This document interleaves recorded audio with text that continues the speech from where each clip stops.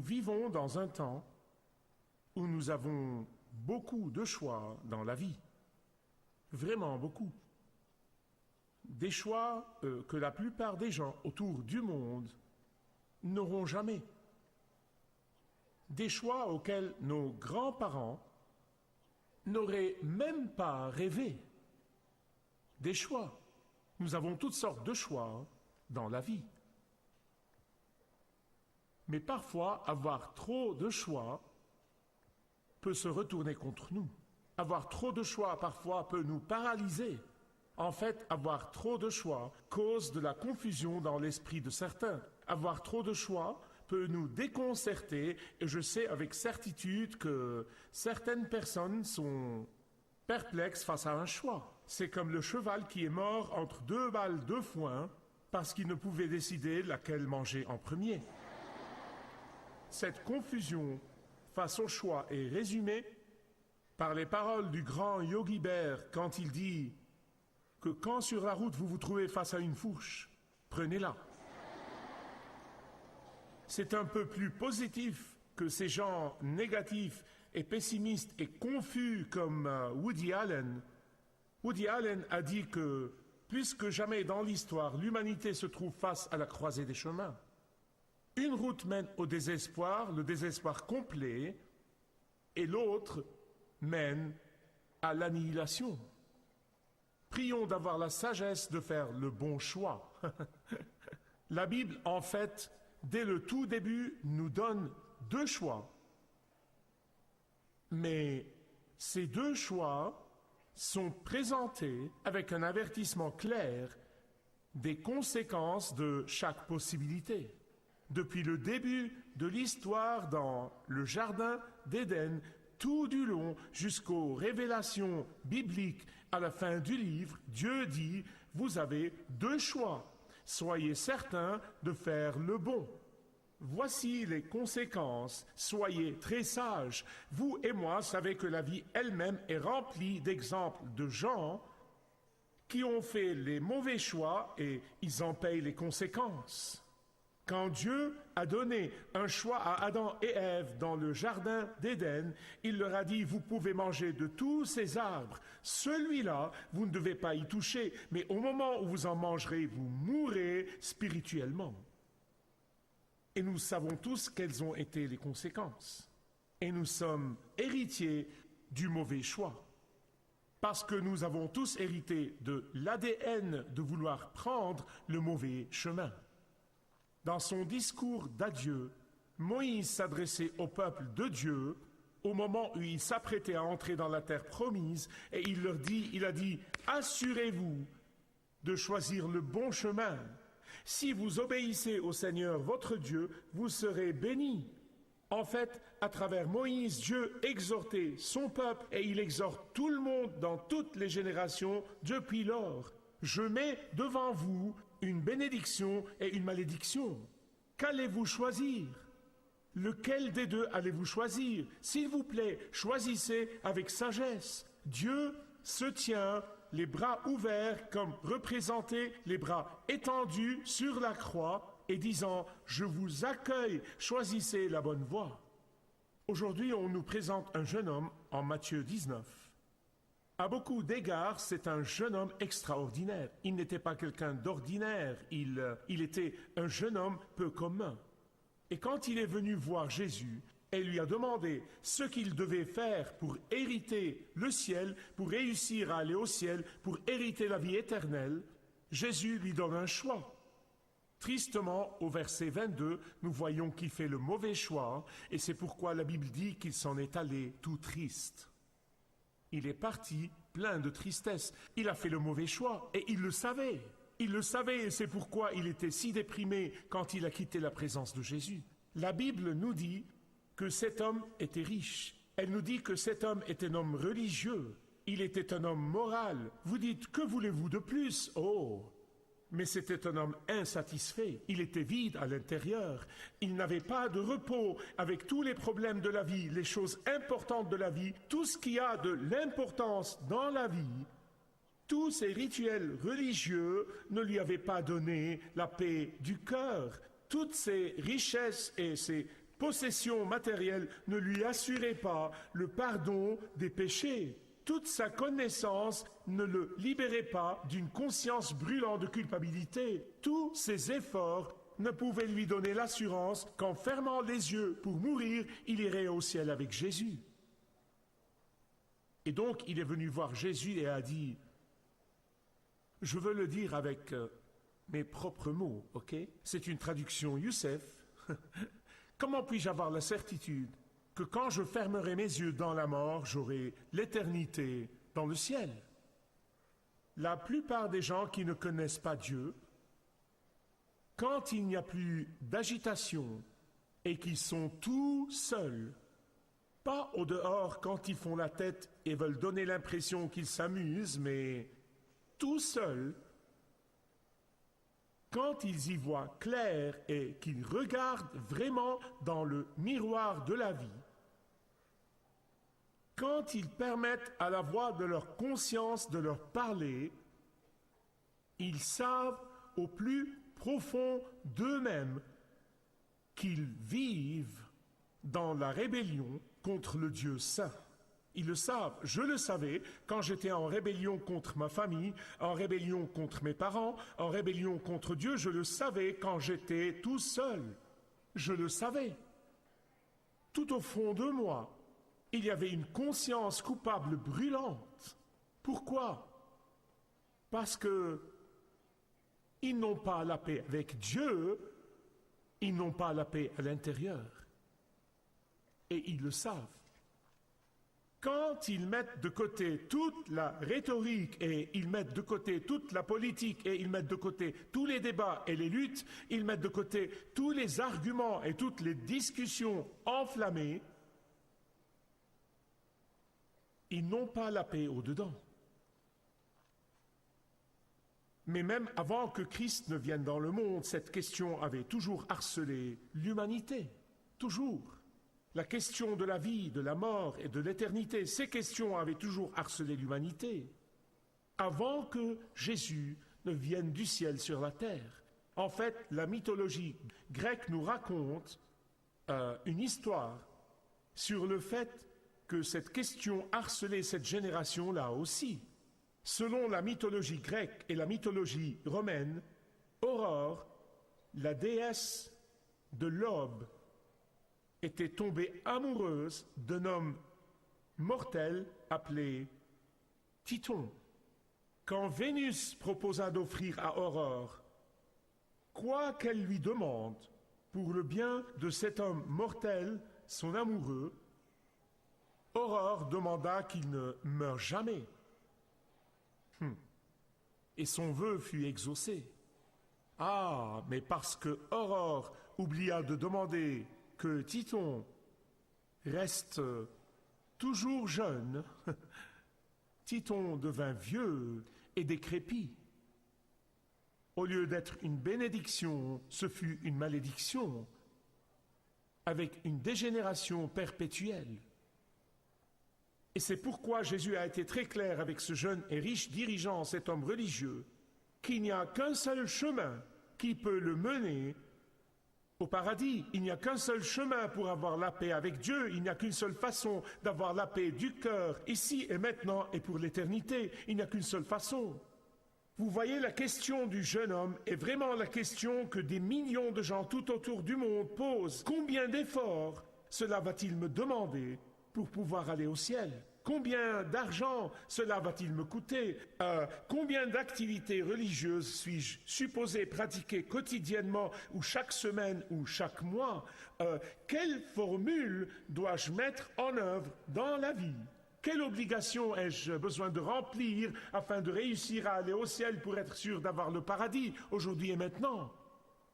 Je ne veux pas que vous ratiez ce point parce que c'est très important, c'est très important.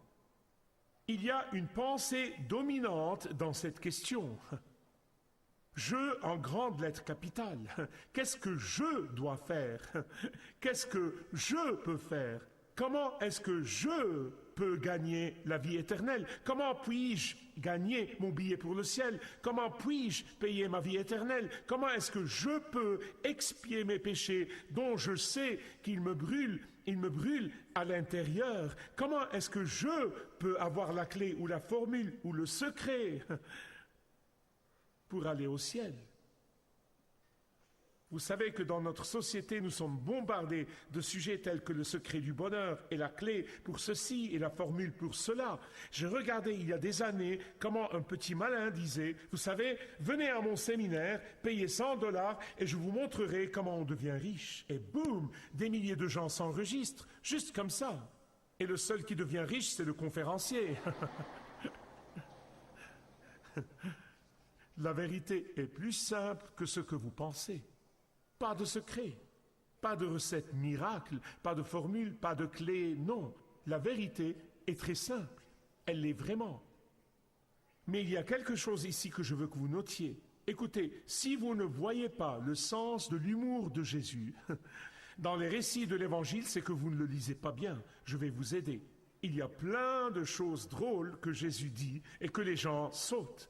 Gardez les commandements. Vraiment? Je les ai tous respectés. Vraiment, c'est intéressant. Personne ne pouvait garder les 10 commandements tout le temps. Tous, tout le temps, excepté Jésus. C'est pourquoi il est le Sauveur. Il est le seul qui pouvait nous sauver, parce qu'il est le seul qui soit parfait. Il est le seul qui a vécu sans péché. Mais cet homme disait, hey, j'ai appris ces choses, j'ai gardé ces choses toute ma vie. Vraiment? Voici un dialogue que je veux mettre dans mon propre langage, parce que je veux vous montrer le sens de l'humour ici. Jésus au jeune homme. Tu es en train de me dire que tu as vraiment observé tous les 10 commandements depuis que tu es petit? C'est vrai, j'ai fait ça, exactement, je l'ai fait. Bien. Voyons voir. Qu'en est-il du premier commandement? Comment c'est déjà... Ah, tu n'auras pas d'autre quoi? Tu n'auras pas d'autre Dieu devant moi? As-tu observé celui-là? Oui, monsieur, observé. Laisse-moi te demander, est-ce que tes richesses sont un Dieu pour toi? Est-ce que ton argent est ton maître ou ton esclave? Est-ce que tu possèdes tes richesses ou bien est-ce que ce sont tes richesses qui te possèdent? Je pense qu'à ce stade, le gars se grattait probablement la tête. Et l'argent n'est pas mon Dieu, ce n'est pas vraiment mon Dieu. Jésus dit, super, nous faisons vraiment de grands progrès ici. Ok, si tu veux me suivre et me faire confiance, voici ce que je vais te dire. Donne-le entièrement. Quoi? Répète ça encore une fois. Donne juste tout ce que tu as. Viens et reste avec moi. Je pourvoirai pour toi. Oh, non, non, non, non, non, non, ce n'est pas ce que j'entendais par garder les 10 commandements. Tu ne comprends pas, Jésus. Et au sujet du 10e commandement, est-ce que tu ne convoites pas même tes propres affaires? Est-ce que tu fais entièrement confiance à ma providence? Si tu fais confiance à Dieu, pourquoi ne donnes-tu pas tout et viens me suivre? Fais confiance en ma providence. Attends, juste une minute, Jésus. Il y a une limite à ce que je signifiais par garder. J'ai gardé tous les commandements. Je suis sûr, si la discussion avait été un peu plus longue, que Jésus n'aurait pas été gêné par le fait que ce gars n'avait pas vraiment gardé les commandements qu'il pensait avoir gardés. Vous savez ce qu'il voulait qu'il fasse? Il voulait juste que le gars le reconnaisse, ok?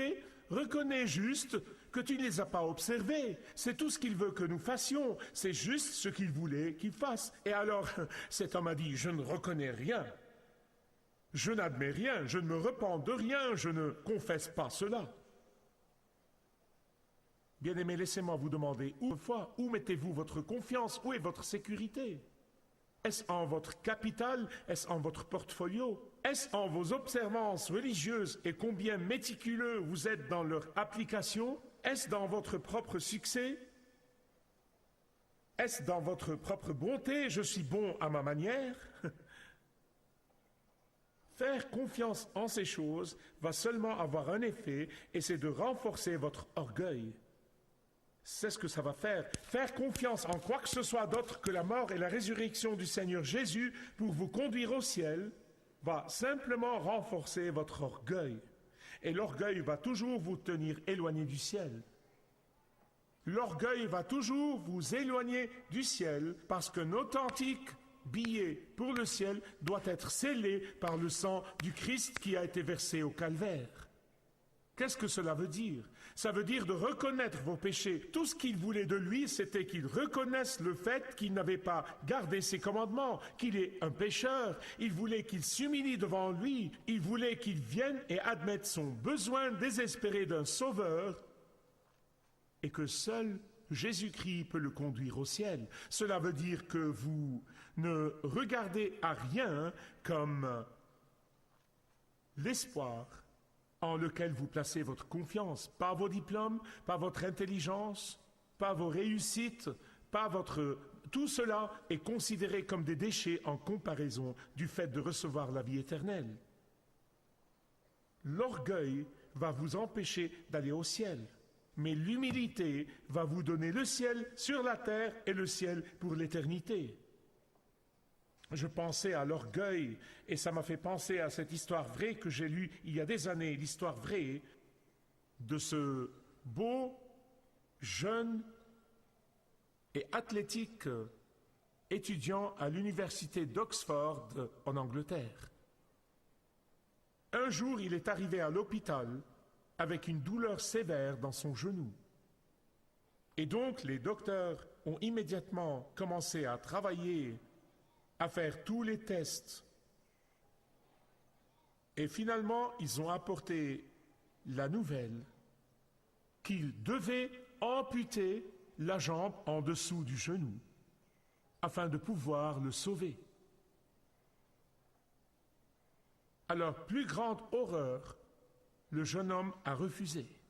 Il ne les laisserait pas l'amputer. Ils ont argumenté avec lui, ils ont argumenté avec sa famille, ils ont demandé encore et encore. C'est la seule manière de sauver votre vie. Et le jeune homme a dit, vous n'amputerez pas ma jambe. Et effectivement, 6 mois plus tard, il est mort.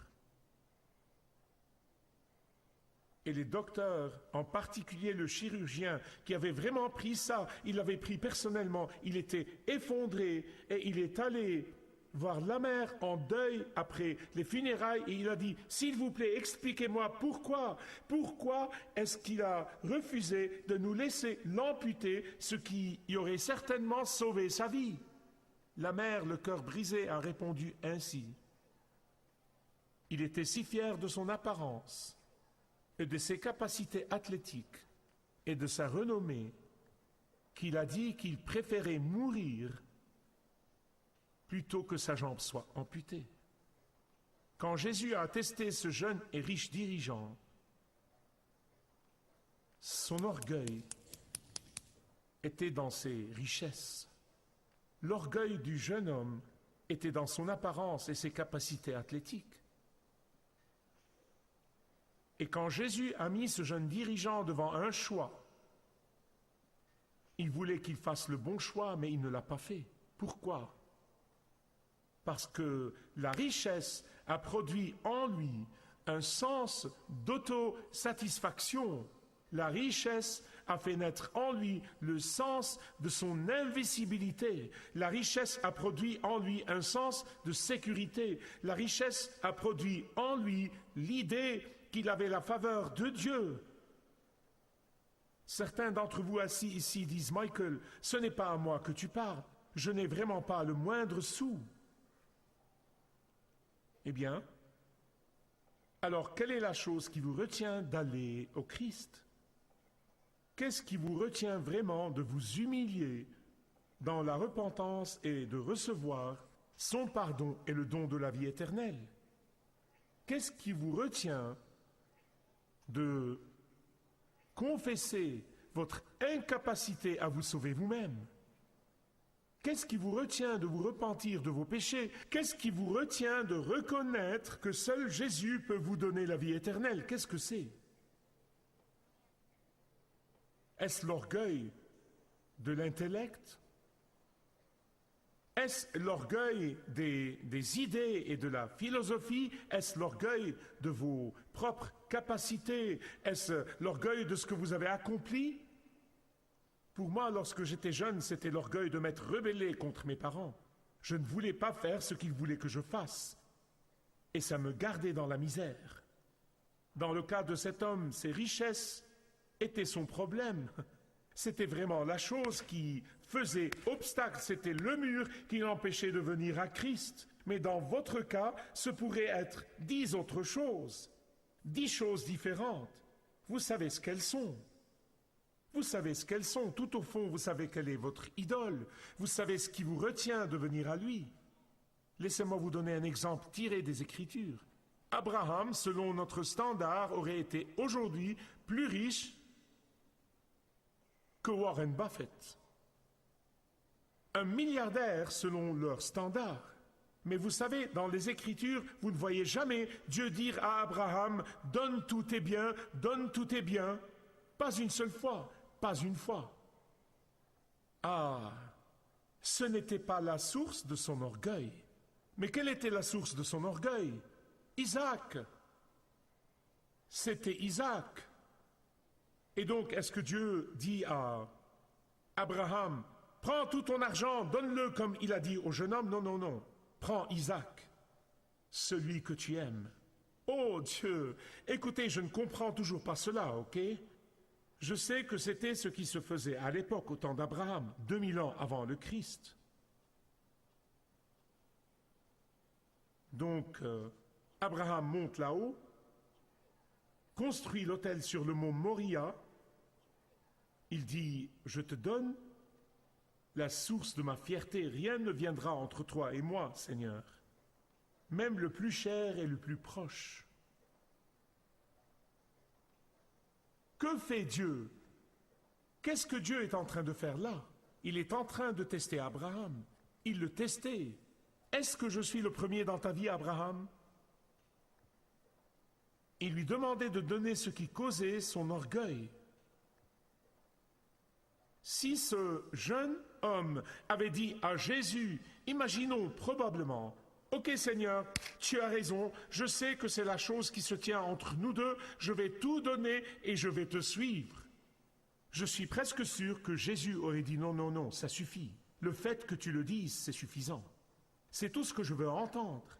C'est tout ce que je veux entendre. » Je sais, je fais des spéculations, parce que quand Abraham prit Isaac et le mit sur l'autel, vous savez ce que Dieu a dit? Ne touche pas à ce garçon. Pourquoi? Vous voyez, Abraham avait réussi le test. En fait, plus loin dans le Nouveau Testament, la lettre aux Hébreux nous dit qu'Abraham avait une telle foi en Dieu que même si Isaac était mort, il allait avoir la première résurrection de l'histoire. Dieu ne veut rien de vous. Il vous a donné tout ce que vous avez. Que vous le sachiez ou pas, que vous le reconnaissiez ou non, tout ce que vous avez, c'est lui qui vous l'a donné. Alors quel est le problème? Le problème est le suivant. Dieu veut que vous veniez à lui à sa manière.